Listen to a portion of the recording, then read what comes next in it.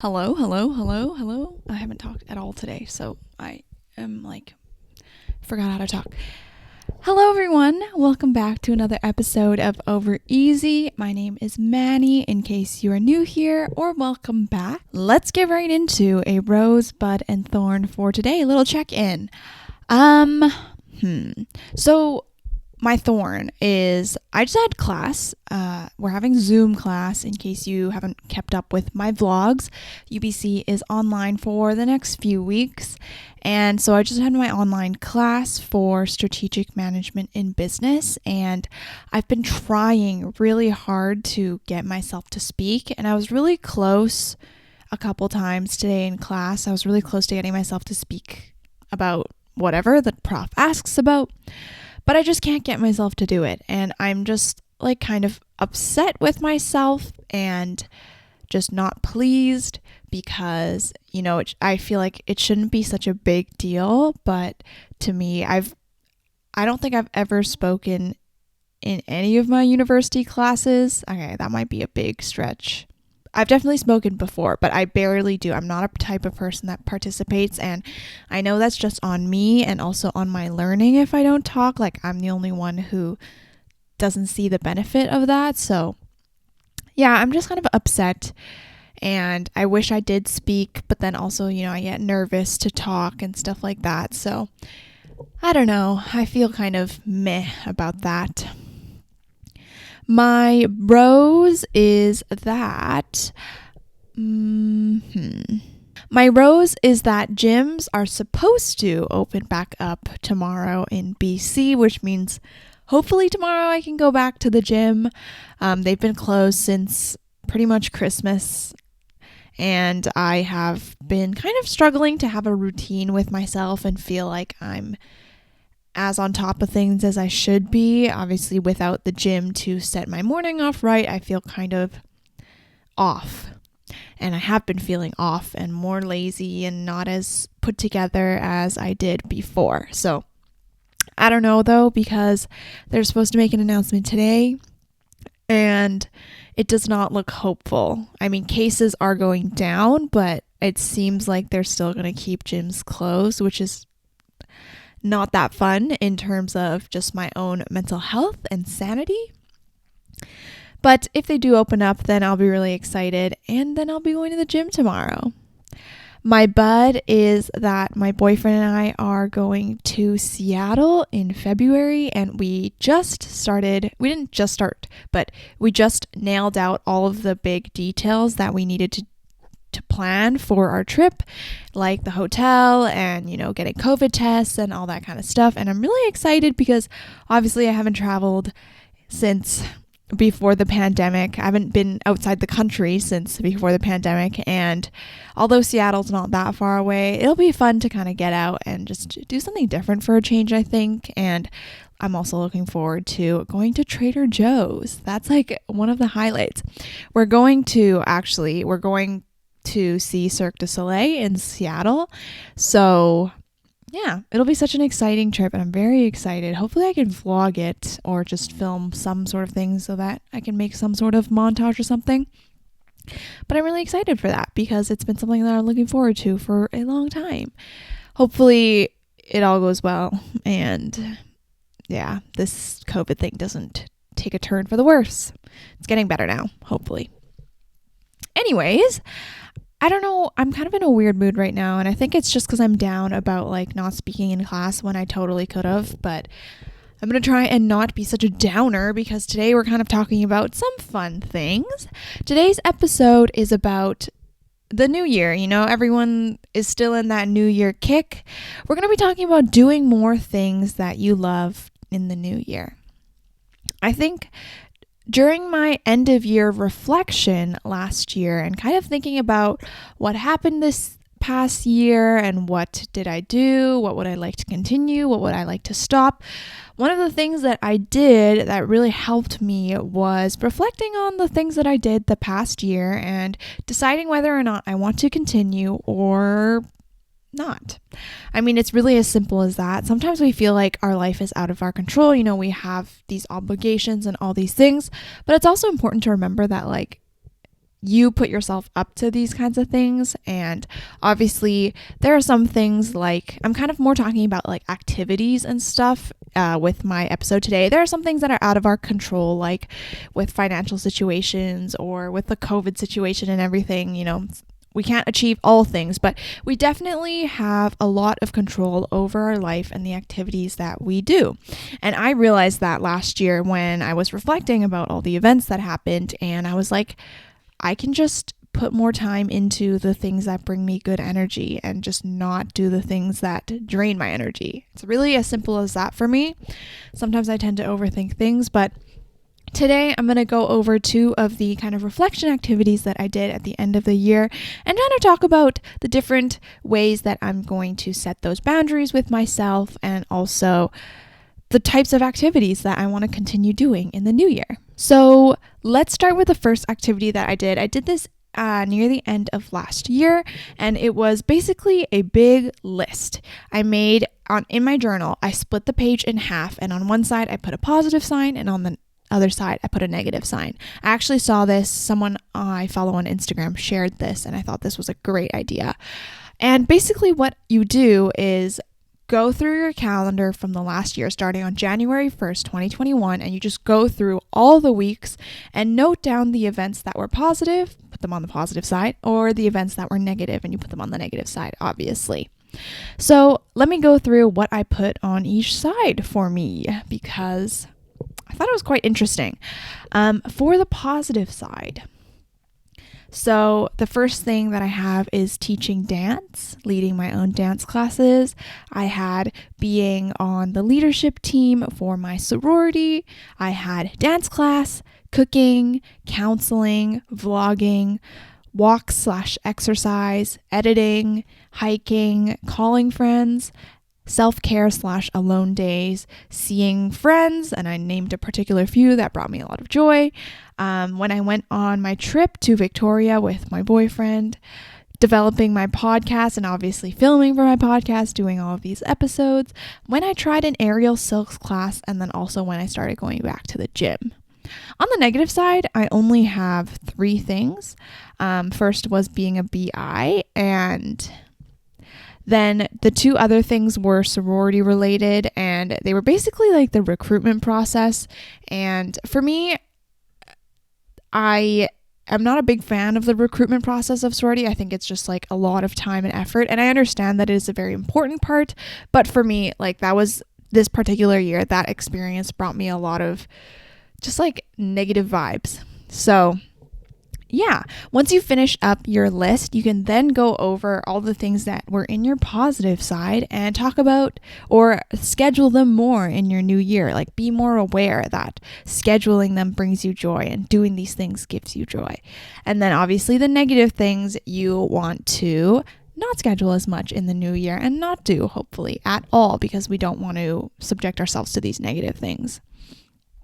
So for me, obviously, a lot of these things in my positive side are actually things that I've been doing for a long time and kind of unconsciously. I think I've been getting better at setting boundaries with myself and not doing things that don't bring me joy.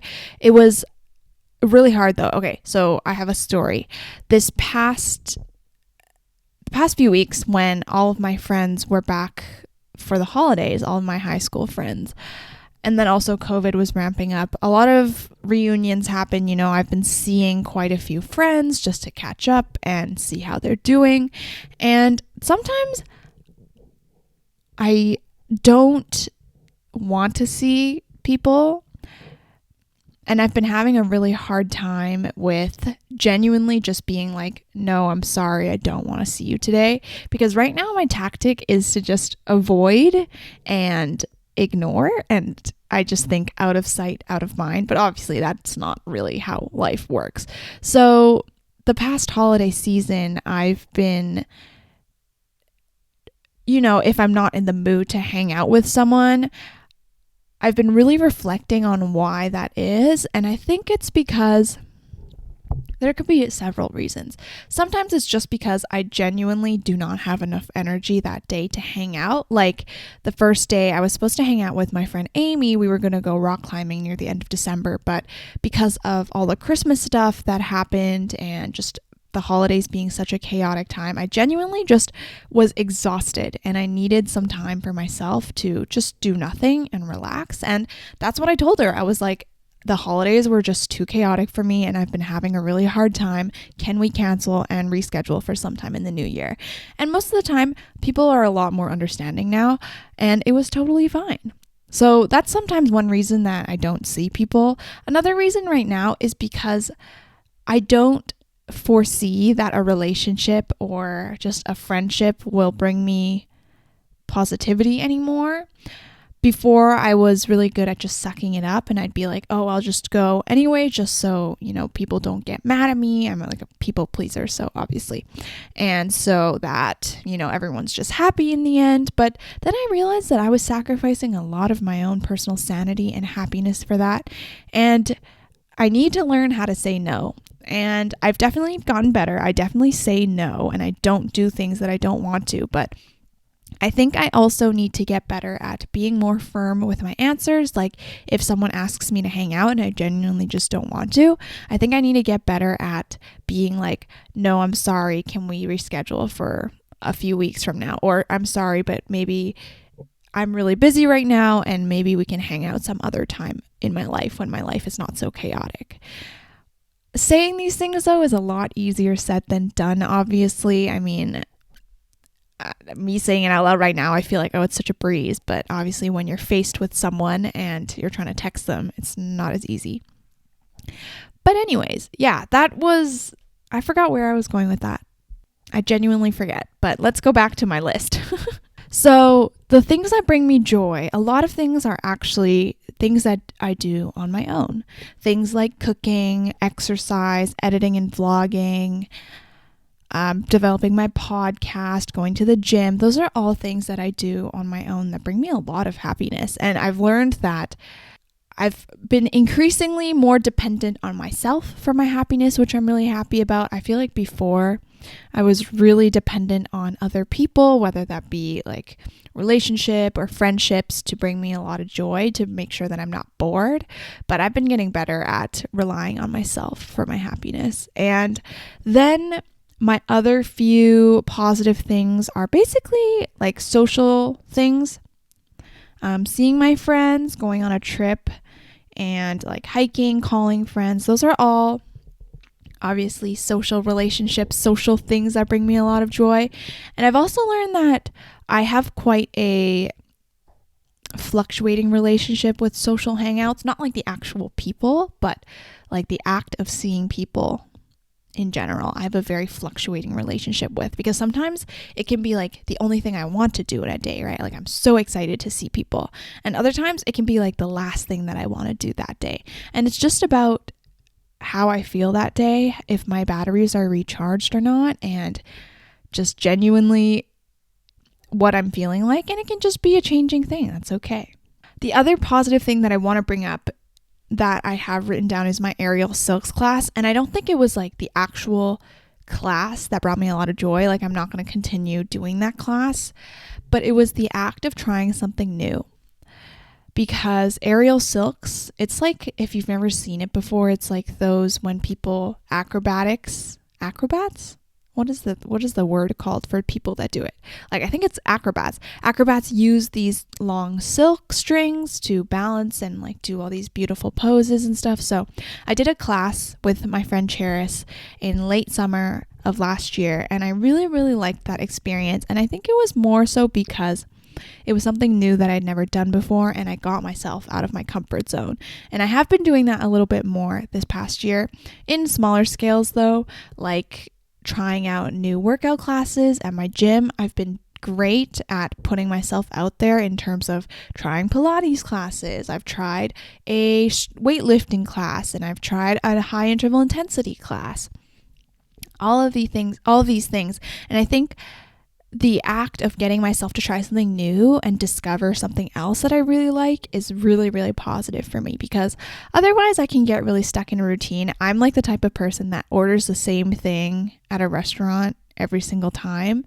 There's this poke place that I go to, and I literally get the same toppings, same type of protein, same carbs every time.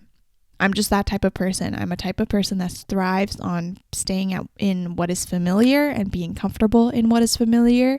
But I need to actively try to get myself out there and put myself out there and try new things this year, because genuinely, most of the time it gives me a lot of joy, even if it's not like the actual activity. Like for aerial silks, I didn't love the aerial silks class, but I had a lot of fun because I was doing something new.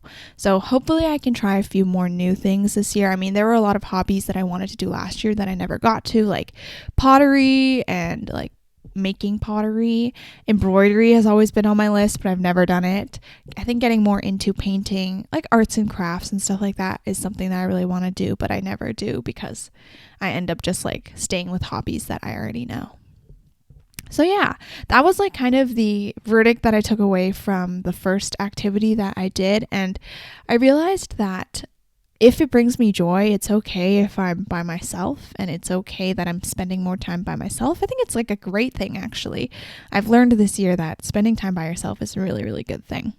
So if you haven't tried that activity, I definitely recommend you try that out, especially as you're getting into planning the types of routines that you're going to have this year and what you want to say yes to more this year. Like, that is a great activity to just be mindful of what kind of activities you want to do, what you should do, and stuff like that. The second activity that I want to talk about is another journal prompt. I've been doing these journal prompts from a TikTok account that I found. I think the @ is at healing one day at a time, and that account basically posts journal prompts every single day, and it's been great because sometimes, I guess like right now, I'm going through a phase of I'm not really into just journaling about what I did that day or just things that I'm thinking about. I think I really want to reflect more right now.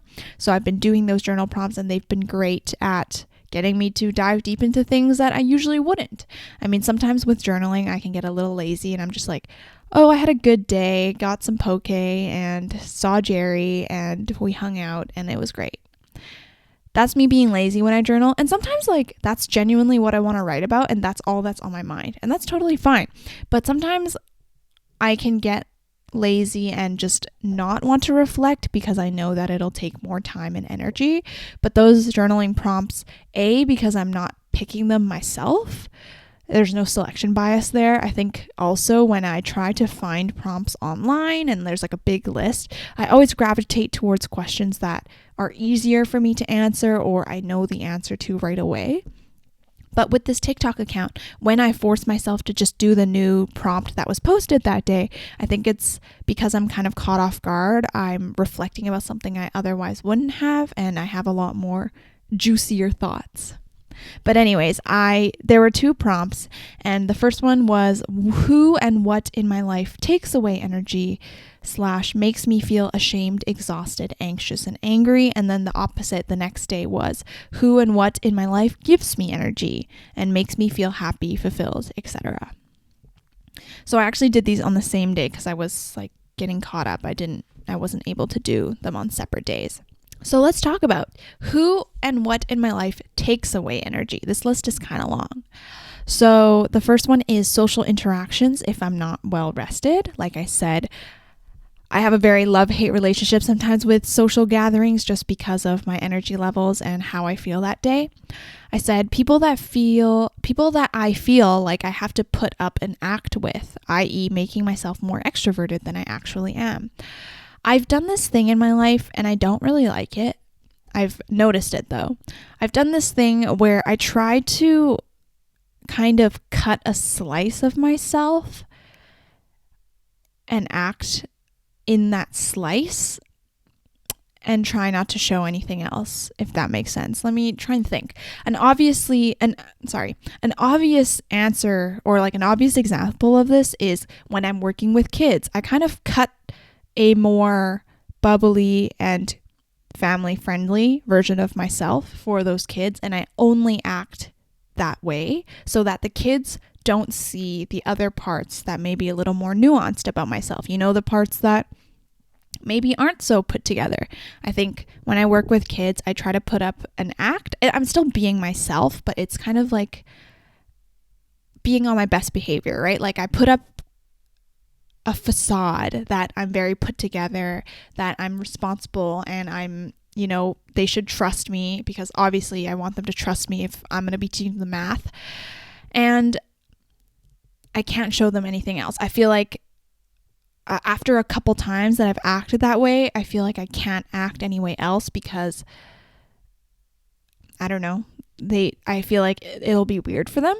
Another more simple way that I can put an example to this sentence is like, when I meet someone and I'm wearing my glasses, I try to always wear my glasses when I see them after, instead of wearing contacts, because then they won't be used to me wearing contacts. This is like such a overthought answer or overthought situation for something that's really, really simple. But in a lot of situations, yeah, I try to wear my glasses if the person that I'm seeing or interacting with is used to me wearing glasses, because I don't have to deal with the like, oh my God, you look so different without your glasses. It's kind of annoying, honestly. And then also, I don't know, I feel like it's like they see me that way, so I put myself that way, if that makes sense. I don't know if any of this is making sense, but yeah, I tried to do that with my podcast for the longest time too, right? Like I was scared to, I would take out my contacts and put my glasses on to record an episode, because I had always worn my glasses in my podcast episodes. And I was like, oh, the people of the podcast see me as a person with glasses, so I need to wear my glasses. I don't know. I overthink these things a lot, and most of the time it doesn't matter, but that's kind of the point that I'm getting across, is that like, I've noticed that I do this with people, and not so shallowly. I'm just not talking about glasses anymore. Like when I hang out with people, I sometimes put up I'm either more extroverted or I'm either more like calm. I don't know. And I try to keep it that way, but sometimes I'm not always just feeling calm, right? Like sometimes I'm feeling really extroverted. I don't know. Anyways, next thing that takes away my energy is family members shaming or roasting me about school, work, anything. I think anyone in an Asian family can relate to that. It honestly is like such a toxic behavior, and I really, if I have kids, I'm going to be so mindful of it and try not to do that at all, because I think that the constant shaming and the constant comparing is such a bad mindset and behavior to develop in kids. Like when I was little and I would tell my test scores to my mom, like she would compare them to, oh, who got the best in the class. And it was always just such a condescending experience, and I really would not wish that upon any child, and especially my own children if I have children. Yeah. Next one is, when I know I've hurt someone, I feel very angry at myself, especially if I do it not purposefully. I feel like, all the time I do it not purposefully. I'm not trying to hurt anyone. But when I know that I've hurt someone, I feel really angry at myself. When I'm in a room full of superficial people and they are comparing their achievements. I've noticed this a lot as I've grown a little older, and, people are taking different paths in their lives. People will only compare their superficial achievements. And I think that's also because I've been seeing people that I haven't seen in a while. So really, a lot of the important achievements that we share is things that can be measured, like, oh, I got a full-time job offer at XYZ, or, oh, I got honors class thesis, I don't know. Those are kind of the first things that we gravitate towards when we are sharing updates about ourselves, especially to people that we haven't seen in a long time, because those are kind of the more superficial ones. But it gets me, I'm so over that at this point, at this age. Like, I wish people would be more open about, their personal struggles. And I know not everyone is open about it like I am. Like, I truly am just an open book. I would talk about anything with anyone, but I wish there wasn't such a taboo thing about it. And also, I wish there was less value placed upon our careers and our school and our academic achievements, because those seem to be, right now in society, those are really the most important indicators of a student and of a young adult, but there are just so many things, so many other things in life that are so much more important than that, to be honest. That's just how I feel though. Another thing that I wrote on the negative side is teaching, but only some of the time. And again, has to do with kind of like my social relationships. If I'm tired and socially drained, the last thing I want to do is teach these kids, especially when sometimes they can be a little bratty or they can be, sassy and sass back. There are some days when I go to work and I'm just like, get me out of here. I want to go home as soon as possible. But then you'll see later on in my positive side, there are some days when I'm teaching and time passes so fast and I'm like, oh shoot, it's already been 4 hours. So it really is like, it's most of the time it's like a positive relationship, but there are times when obviously when I'm tired, when I'm not doing as well, that I'm just like, just let me stay home, please.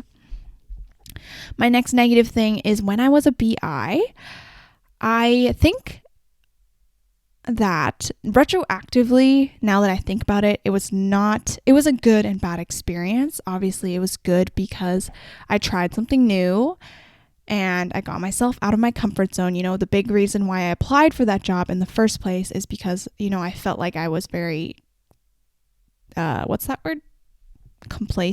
Stagnant in my math tutoring job, and I felt like I needed something new. But obviously the bad thing was I realized, I don't really like this job and I don't know how to quit.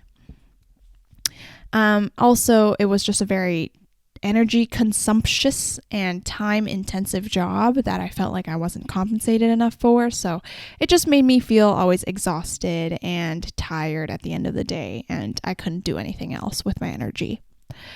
Next is when my day is packed full of activities and social obligations.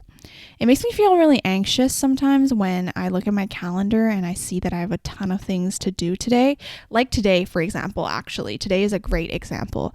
I have a lot of things to do today, but I also have plans to see people.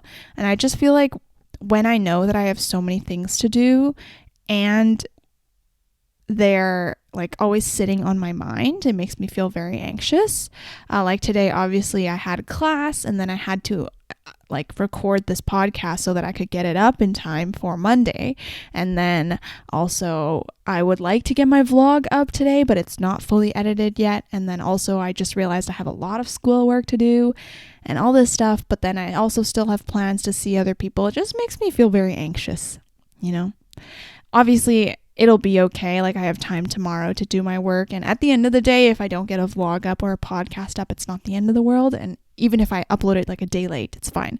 But most of the time, I like to stick to my routine, and deviating away from that gives me a lot of stress.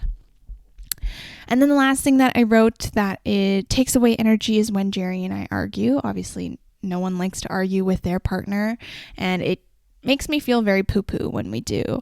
We actually just got out of an argument and I was feeling really down about it for the longest time, but now that we're done arguing and we have actionable steps put in place to better our relationship and better myself, I feel a lot more at ease and I feel like I can relax. It's just less things to stress about, right? When you have a lot of things to stress about, for me, when my brain is consumed by a lot of different things, I cannot function. My brain is low capacity processing. I can't take in that many things at once. So when I'm thinking about all these different things my work, and then, my argument, and school and all this stuff, I can't handle it. Yeah. I was actually just talking about this yesterday with my boyfriend. I was I was so surprised now that I think about it to before COVID times, how I lived my life. Because if I were to live that life now, maybe I would be able to handle it. But genuinely, I would not. I would be so overwhelmed. I just remember first of all, in-person classes, walking to and from campus all the time, having to run sometimes because the buildings were far apart and I didn't want to be late for class. And then also staying on campus for so many hours because I had meetings late at night, and then figuring out what to eat and doing all these meetings and doing schoolwork and all this stuff. How did I do that? I don't know. Man, I don't know. Okay, but that's kind of my takes away energy list. So now that I have seen this, obviously I'm going to try to avoid these situations as much as I can. I think recognizing these situations and giving them the time of day of reflecting about why I don't like them gives me a lot more understanding and motivation as to why do I need to avoid them and actively put in effort to avoid them. Otherwise, like sometimes if you're just indifferent, it is not good because then you're kind of not taking care of yourself enough. But let's go on to the positive side. Who and what in my life gives me energy? So the first one is teaching and interacting with kids. Obviously, it was on the negative side too, but most of the time it is like the best experience ever. It gives me so much joy and fulfillment to work with these kids and teach them math. I think like a big thing is when a kid is working on a topic and they haven't gotten it, and then finally that one day, like sometimes it just clicks or they're slowly just understanding the concept. It like gives me such a motherly sense of pride. And these are obviously not my children. It just makes me so happy sometimes. And I'm just like, wow, this is amazing. I also wrote the second thing is my boyfriend. The third thing is working out and exercising. This is a big one for me for sure. I just remember now that I don't have the gym to go to, I remember like the joy and the endorphins that I feel after my high intensity interval training, right? That's what HIIT stands for. Yeah. I remember when I would walk out of my HIIT class and I would feel so happy and I would feel so good. Or when I was in the gym and I was trying something new and it made me feel so like proud of myself to get out of my comfort zone.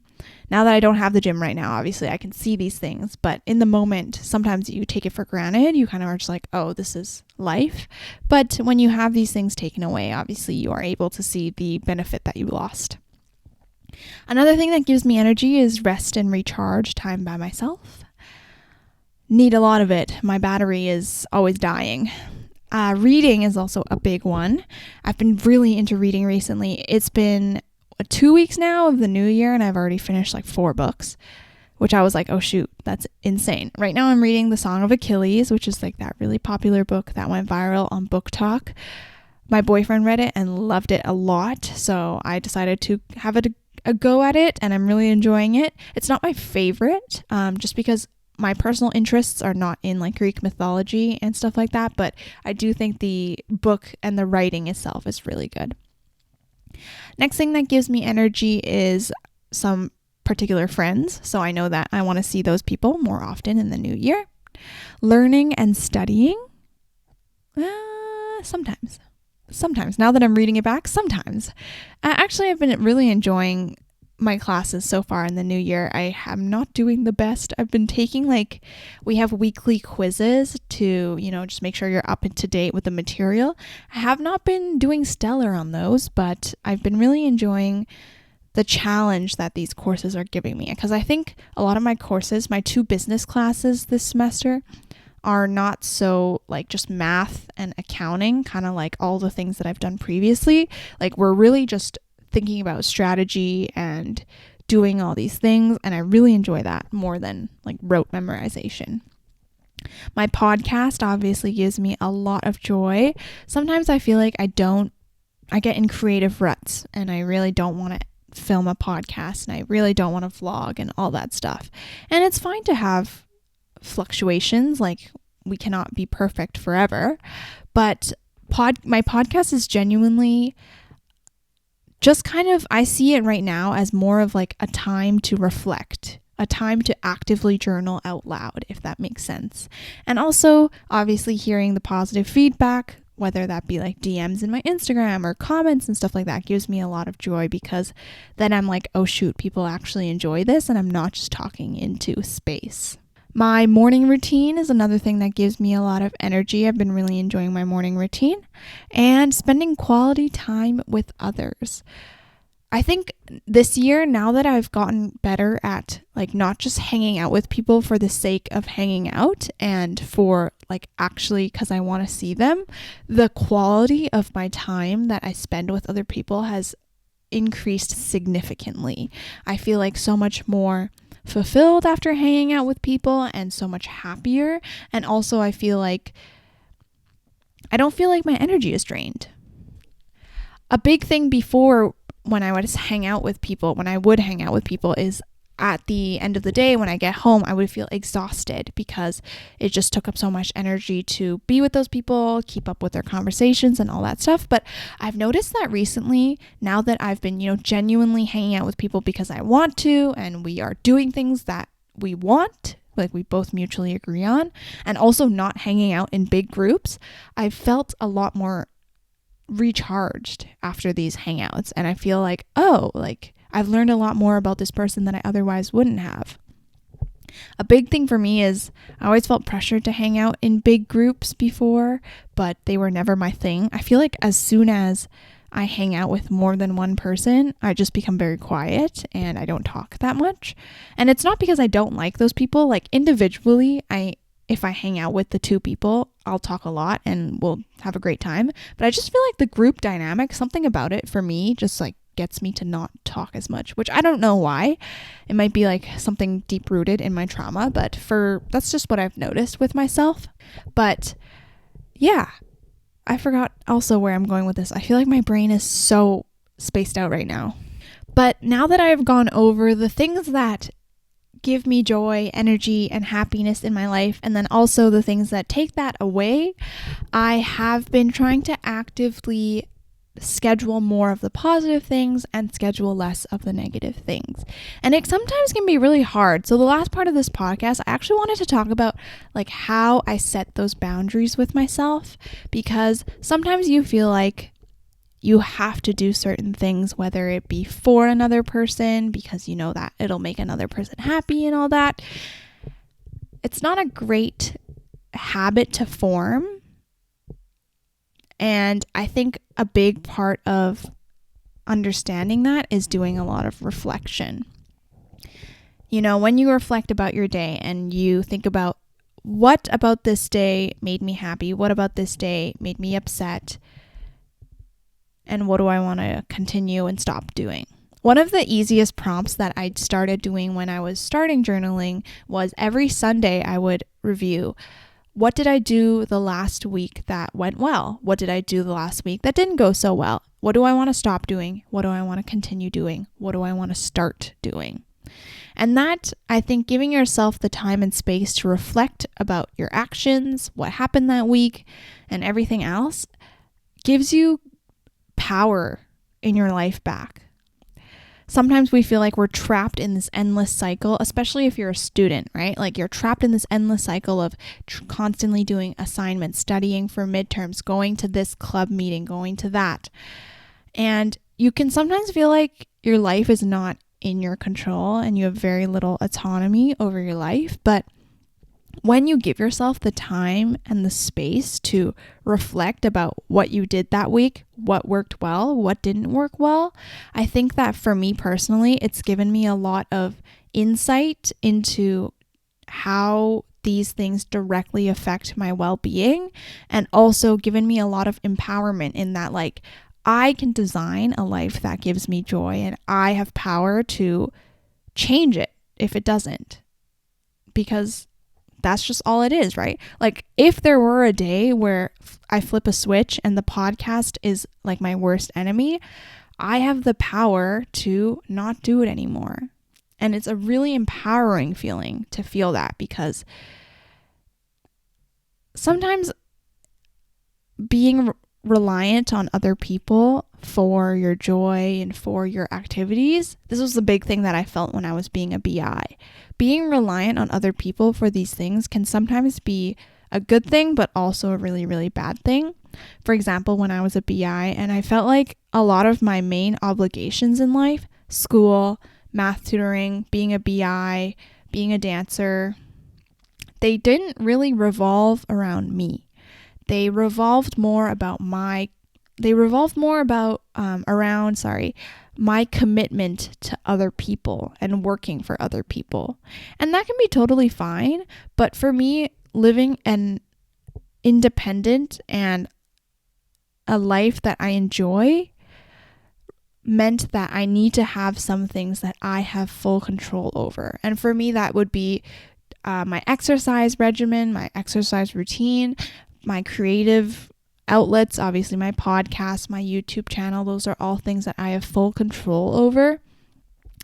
And having more of those things gave me a lot more mental stability as well, because I feel like when you have to rely on other people, like for example, let's say simply you don't cook for yourself and you only rely on a restaurant and Uber Eats to nourish yourself. Well, you're relying a lot on the restaurant. Are they open that day? Are they in stock? Do they have the menu items that I want? And then you're relying on the Uber Eats driver. Oh, is it going to be a slow delivery? Like it's going to be cold by the time my food gets to me. All these different extenuating factors that are outside of your control. Versus if you were to cook for yourself. Well, if you go grocery shopping for yourself to cook a meal plan, oh, I know exactly what foods are going into my body. They're not adding any harmful chemicals or whatever else that might appear. And I can control exactly when I want to eat, how I cook it, how I season all this food. Like when you put some things back into your own realm of control, it gives you a lot of autonomy. And then also, I was listening to a podcast by the Mindset Mentor, and one of the biggest things that he said, it was about how to overcome anxiety. One of the biggest tips was to simply let go of things that you can't control anymore. So when you have things in your control, whether like that will be exercising, cooking, your creative hobbies, whatever else you want. And then there are inevitably going to be things that are outside of your control because, I mean, we live in a society. Your work is going to be with other people, unless you're self-employed, I guess. Or, you go to school with other people, you do group projects with other people. There are going to be things that are outside of your control. And when you feel anxious about that, when you feel worried about that, you just have to remember, genuinely ask yourself, is there anything I can do about it right now? Am I okay right now? If you answer no, there's nothing you can do about it right now, and yes, I am safe right now, I am okay right now, there's no point in worrying more, because just worrying more will give you more anxiety and more things to just panic about. And trust me, I'm trying to take this advice too. I can be a big worrywart at times, and I can, be stressed out about things that I don't have control over. But just remembering that, listing these things out. These are the things I have control over. Cooking, cleaning, exercising, vlogging, whatever. And these are the things I don't have control over. How my prof feels that day. The people in my group project because we're randomly assigned. All these other things. Don't worry about those things anymore. This year is going to be the year of, for me, doing more things that I love. And now that I have listed and mapped those out in my journal, I have a clear idea of what gives me joy and what I will continue doing. And also, not worrying about things that I don't have control over. I still am pretty much a person that if something happens or if something is going to happen, I imagine every single scenario that might happen. For example, let me think. At work, for example, when I'm about to teach, I think about, what if this person doesn't show up? Well, if this person doesn't show up, then I can take one more student.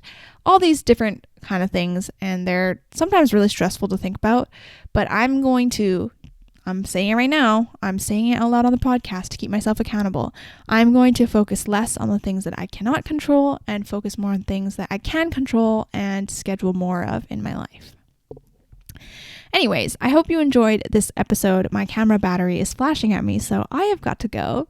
I will see you in my next episode. Also, I realize now, there's a new thing on Spotify. You can rate podcasts on Spotify. If you go to the podcast page, there's a spot where you can rate it out of 5 stars. I would greatly appreciate if you did. That would help me out and my show out a lot. Make sure you follow @OverEasy the podcast on Instagram, and I will see you in my next episode. Bye. I was like, Yo.